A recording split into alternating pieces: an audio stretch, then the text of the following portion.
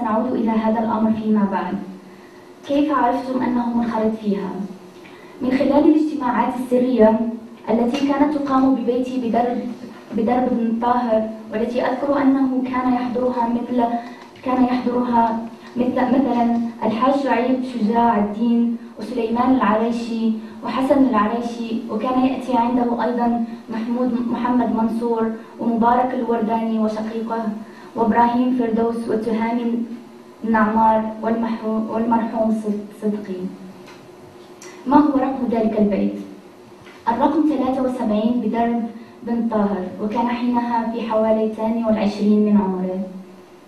كنتم حينها تعرفون أن تلك الاجتماعات أقصد اجتماعات مقاومة أم لا؟ في البداية لم نكن نعرف أنها اجتماعات خاصة بالمقاومين.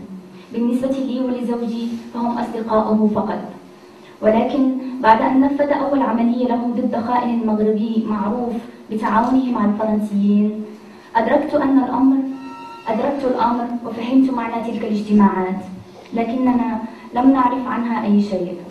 بخصوص العملية الفدائية التي تتعلق بقتل أحد الخونة، متى كان ذلك؟ وكيف عرفت أنه هو منفذها؟ كان بالمدينة القديمة شخص اسمه بنيس، كان معروفا بطغيانه لتعاونه مع الفرنسيين، ورغم تحذيرات والدته التي طلبت منه ترك أبناء الجيران في حال سبيلهم لم يمتثل لها ولا لطلبها. أما كيف عرفت بالأمر؟ فمن خلال الكيفية التي دخل بها ذلك اليوم إلى البيت وخروجه بسرعة كبيرة، ثم عودته وانتظاره لشخص آخر أخبره أنه صفى، أي أنه مات.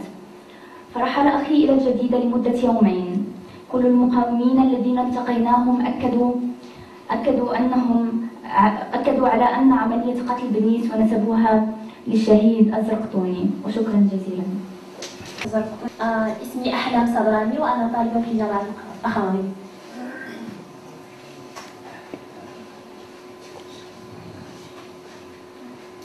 هل مات؟ هكذا كان يقول الشهيد محمد الزركتوني كلما أنهى لقاء أو مناقشة مطولة مع رفاقه من المقاومين أو نفذ عملية اتفق عليها بنجاح. يقول المقاوم الصلب الهاشمي المتوكل الأكحل: والماء لا يطيب بالمعنى المغربي سوى حين تبلغ درجة حرارته الدرجات القصوى المحدثة للبخار، مما يجعله صالحا للاستعمال في إعداد بعض المشروبات، وعلى رأسها الشاي والقهوة على الطريقة المغربية. ويستطيع المرء أن يلبس الأمر دلالات رمزية أخرى مثل ما يعنيه الشهيد، وهي أن الأمر نضج بما فيه الكفاية، وبالإمكان بالتالي التحرك للفعل أو العمل لجني الثمار. الواقع أن الباحث لا بد أن يقف أمام عبارة الشهيد الزرقطوني هذه مطولا، لأنها في مكان ما تلخيص لمرحلة كاملة في تاريخ المغرب خلال القرن العشرين. فنضج الظروف في تلك المرحلة هو الذي قاد أكيدا إلى ما سجله التاريخ في أوراقه من أحداث أصبحت معروفة عند الجميع. أحداث النضال من أجل استقلال المغرب، وضمن هذا النضال العمل المسلح للفدائيين المغاربة الذي من عناوينه البارزة استشهاد محمد الزرقطوني لتناوله عن قناعة وإيمان ورباطة جأش حبة سم قاتلة حتى لا يفضح حروط أسرار المقاومة التي كانت متجمعة في يديه، هو الذي كان لا يتردد في التأكيد لإرفاقه أنه في حالة وقوعه في فخ الأسر فإنه سوف يتناول حبة السم، لأن بدنه لن يقوى على تحمل فظاعة التعذيب، فماء المغرب طاب آنذاك مما قاد إلى الذي كان. الفقرة الثانية اسمها عنوانها قنبلة المارشي سنترال. كان يوم خميس، وكان يوم عيد عند المسيحيين، وهو عيد موازي من حيث الأهمية مكانة عيد الأضحى عند المسلمين قداسة ومعاني وطقوسا. كان المغاربة قد دخلوا شهرهم الرابع بعد نفي الملك الوطني محمد الخامس، وكانوا يحصون رؤوس الخونة من عيون الاستعمار الذين يسقطون برصاص الفدائيين خلال تلك الشهور الأربعة. وكانت غصة العيد لا تزال في الحلق حين أقدمت الإقامة العامة الفرنسية من خلال المقيم العام الجنرال جيوم وبأمر من باريس على نفي الملك المغاربة بالذات يوم عيد الأضحى الذي كان يسمى أيضا عيد المسلمين في مقابل عيد النصارى الذي هو عيد ميلاد المسيح. فكان أن قررت قيادة المقاومة المسلحة بالدار البيضاء أن تجيب فرنسا في مناسبة دينية احتفالية مماثلة، خاصة بعد الدور الذي أحدثته عملية يوم 7 نوفمبر 1953 المتعلقة بتفجير قطار الدار البيضاء الجزائر السريع، علما بأن عملية إتلاف للسكة الحديدية كانت قد سجلت بضواحي القنيطرة يوم 23 أغسطس 1953 3 أيام بعد نفي محمد الخامس.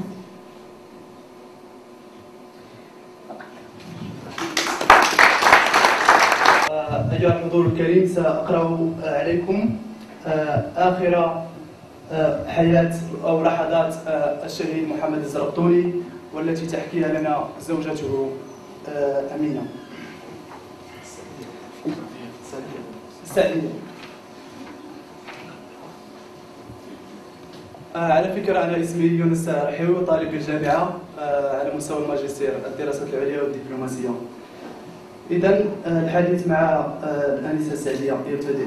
مرحبا السيدة السعدية، ونشكر لك انتقالك من مراكش إلى الدار البيضاء خصيصا للقائنا وإدلاء شهادتك حول الشهيد محمد الزرقطوني. فنحن ممتنون لهذه المبادرة، وأود لو أسألك في البداية عن اسمك الكامل. اسمي السعدية بنت محمد بن الحسن العالمي، ومن مواليد 1937، وأصلي من مدينة فاس. طيب، كيف كان اللقاء والتعارف مع السي محمد، وكيف تم الزواج؟ بعد وفاة أمي ولديه عبد الكريم وشوقي، السيدة هبة رحمها الله اتصل بأحد معارفنا كان يعرفه بدار بن حمان، وعبر له عن رغبته في الزواج من مدينة فاس، واقترح عليه كما جرت العادة حين ذاك عائلة صالحة هي عائلتي، وتم بعدها الزواج. من هو الرجل الذي اتصل به؟ توفي رحمه الله واسمه المهدي عمور، كان تاجرا وكان جارا للعين خديجة الزرقطوني. أليس هو شقيق الممثل المغربي حمادي عمور الذي حكت لي عنه السيدة خديجة الزرقطوني؟ تماما، هو شقيق الممثل المغربي حمادي عمور الذي حكت تماما هو شقيق حمادي عمور. ولقد كان الزواج مباركا، عشنا في وئام كامل، ولقد كان كريم الدين معي، ولقد سجله الشهيد على أنه ابني. أما شوقي فقد بقي في المدينة القديمة. وعلى كل حال هذه أمور عائلية لا أعتقد أنها موضوع لقائنا. وبالنسبة لسي محمد رحمه الله فقد كان رجلا مثاليا ووطنيا مخلصا، وكان يقوم بمهامه كما يجب، وحياته مضغوطة ومنظمة تماما مثل النصارى والأوروبيين، ولا مجال عنده للإعوجاج. ثم إنه رياضي من الدرجة الأولى، وليس للمرء ما يقوله في هذا المجال، فهو رحمه الله كان جديا في كل أموره، وكان كثير الاجتماعات، وتغيب كثيرا عن بيته، ولم أكن أسأله شيئا عن مهامه وأموره الوطنية الخاصة. فالأساسي أننا كنا على وئام، ثم سيكون كاذبا إن أقول إنه يعرف عنه أدق التفاصيل، خاصة من أفراد العائلة. لقد كان كتوما ولا يشرك أحدا منا في أسرار الفداء والوطنية. ولم تكوني تعرف شيئا حتى عن أماكن سنقله. لم أكن أعرف شيئا. كان رحمه الله يخبرني فقط أنه سيتأخر أو أنه في سفر، وعلي ألا أنتظره ولا نزيد عن ذلك. وأين كان محل السكن الأول؟ القصة طويلة، ولقد استقررنا بداية في سيدي فاتح، ثم جاء عنده زوج للعين المرحوم بن كيران، والذي كانت علاقته به أقوى من علاقته مع والده، وأخبره أنه مبحوث عنه بعد احتفال عيد العرش يوم 18 نوفمبر 1952 بدرب الكباس.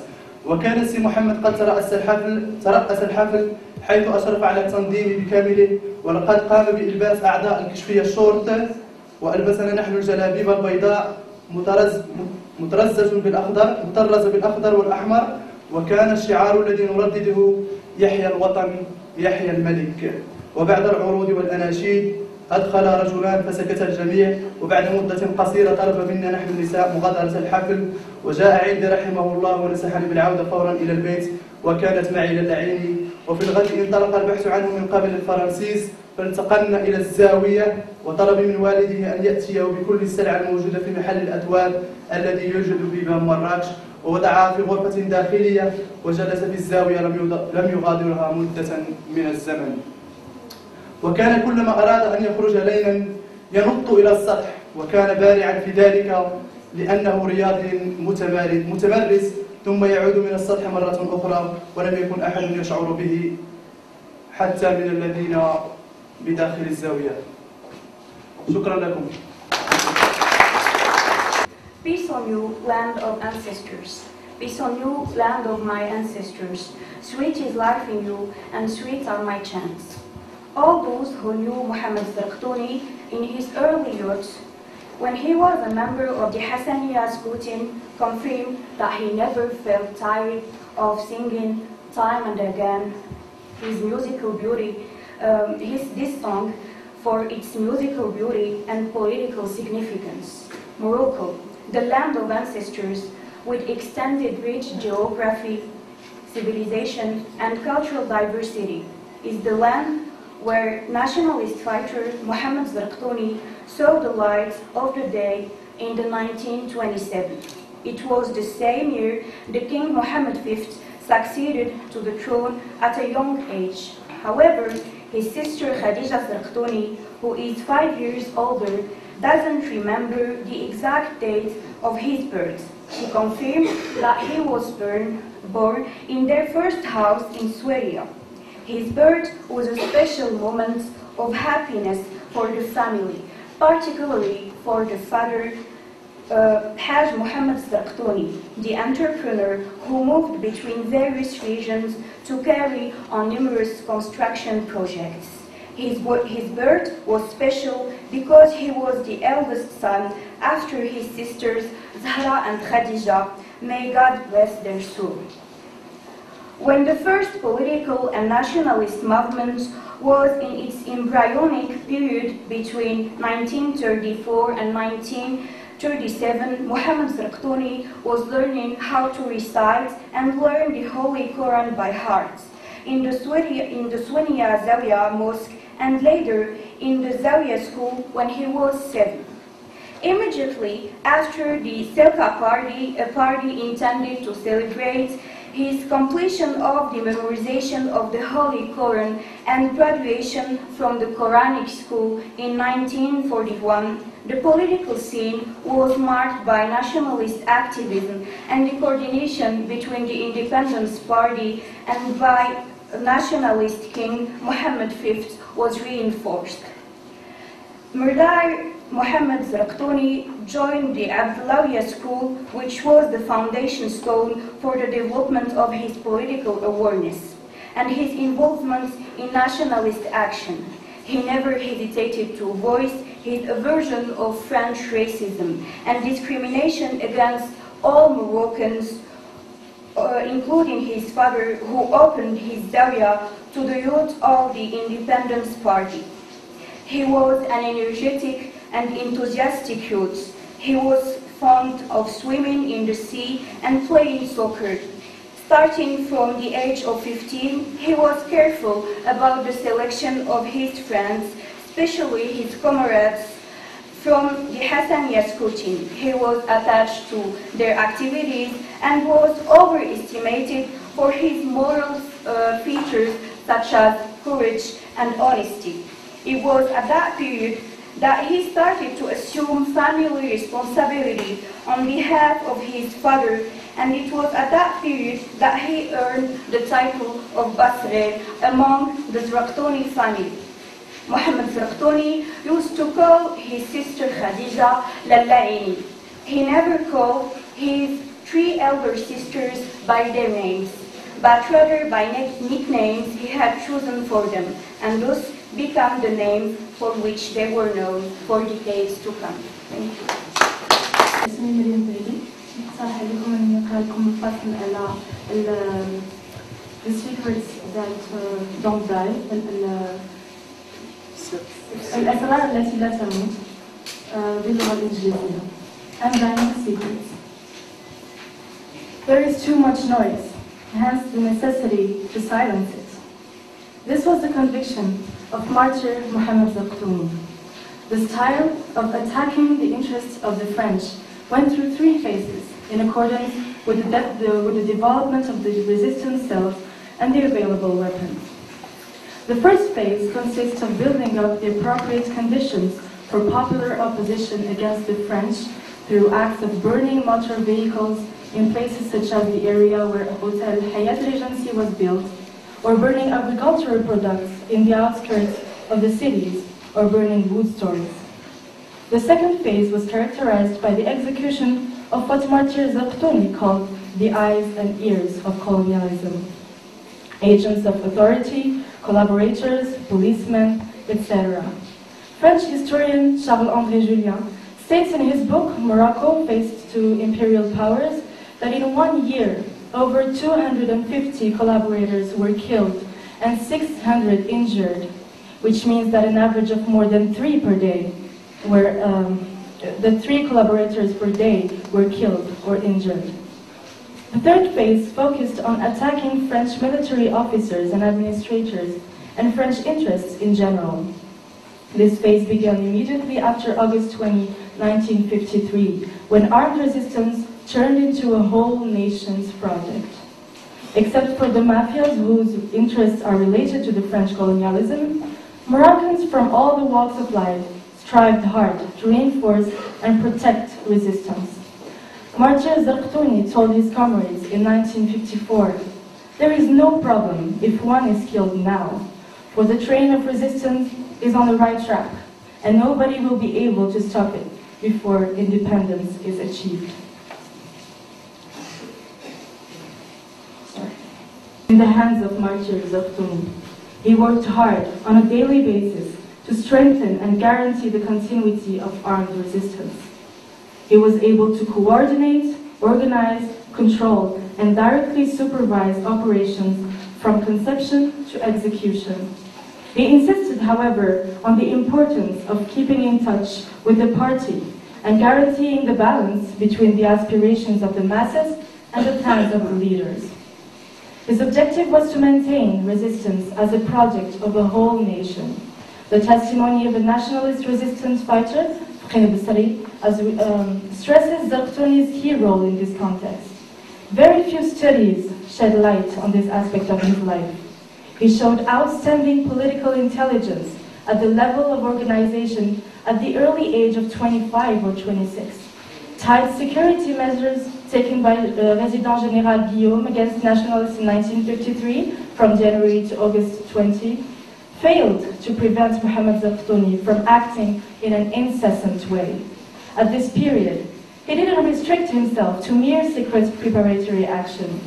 He had rather experimented with different methods of translating plans into action. Resistance succeeded in gaining growing popular support and in reinforcing solidarity bonds between all Moroccans at the time when Besha Glaoui and Abdel Haik Thani were doing all they could to dismiss nationalist King Mohammed V and enthrone Ben Arafat. The latter was a very old drunkard. He was a puppet in the hands of the famous collaborators and traitors. Thank you.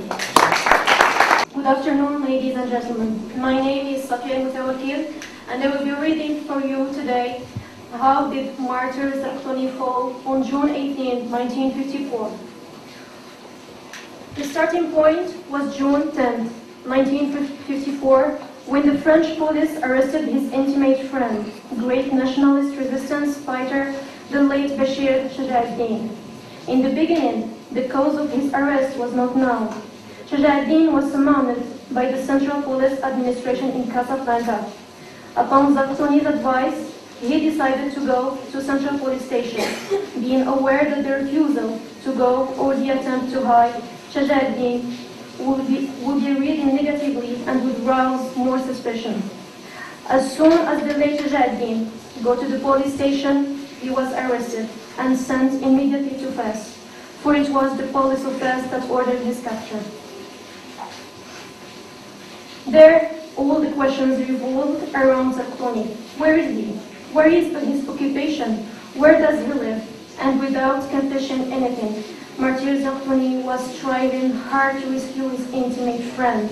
He contacted resistance fighter Hashmi Mutawakil and Moroccan policeman, the late Kabul Abdi, who agreed to visit the French police officer, Boyer, and bribe him generously in order to release Bashir. So, they visited the officer, who was himself looking for Zerktouni. Boyer didn't realize that the thin, tall, handsome, looking for Zerktouni was actually Mohamed Zerktouni. After successive visits of the police and Bashir, Zerktouni got the meaning of the message. So he sent his wife Sadia and his son Khalid, who had been born a few weeks earlier, to the great nationalist Mubarak Qadrani and his brother Abdurrahman Qadrani family's house. He then started waiting for the return of his friend's wives from Fes. On June 17, 1954, he was informed that the police accepted the bribe and that Bashir will be released on the following day. Zerktouni decided to travel to the north to undertake a very sensitive mission. He was assigned to task of coordination with Algerian nationalists in order to launch the creation of the Moroccan Liberation Army and the Algerian Liberation Army. He was issued a Spanish passport with a false identity. While he was getting prepared for the trip, in collaboration with the leaders of resistance in Dar Sultan, the police of Fes were torturing and interrogating Bashir Shajaddin. They showed him a recent photo of Martyr Mohamed Zerktouni and asked him, "And this one, you don't know him? You have been lying to us. Isn't this Zerktouni?"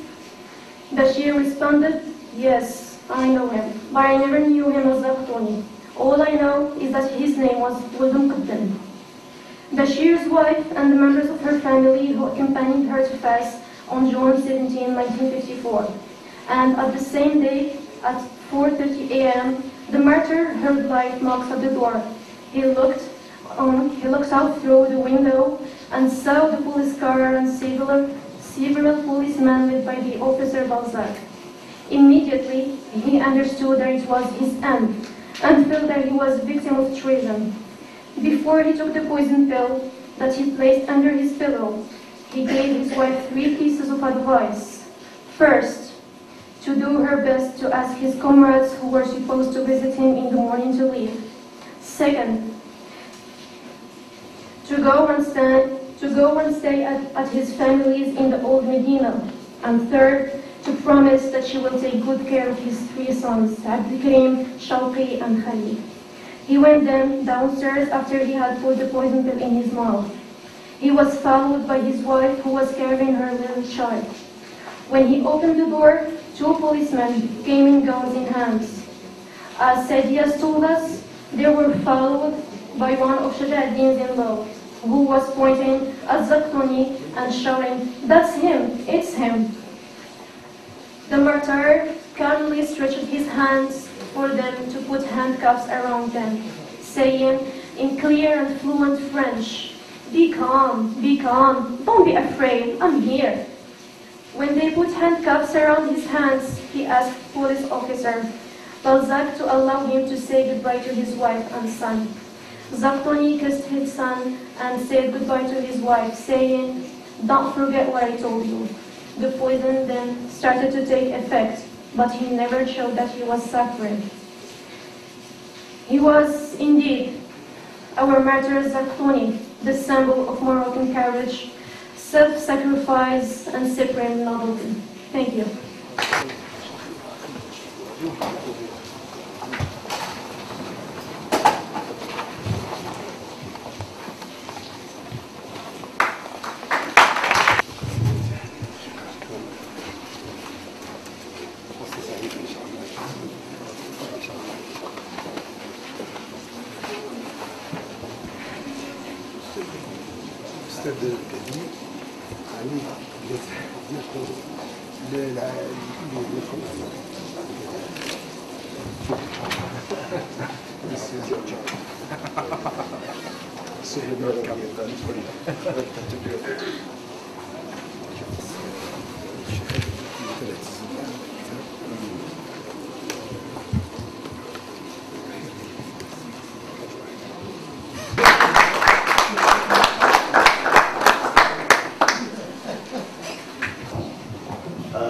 أريد أن أشكر السادة المقاومين المجاهدين الذين حضروا معنا، وأتمنى لهم صحة جيدة وطول العمر إن شاء الله.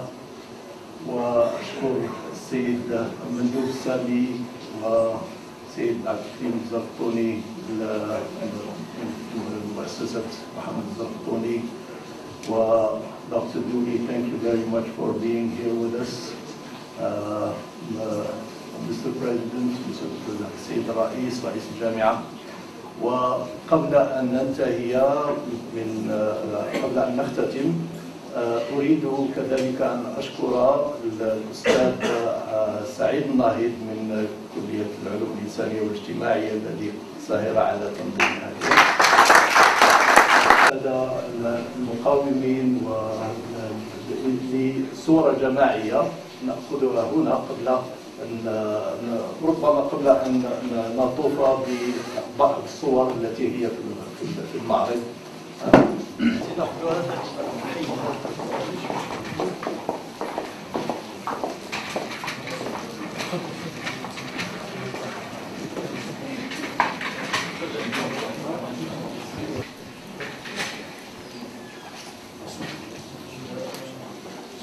مصورين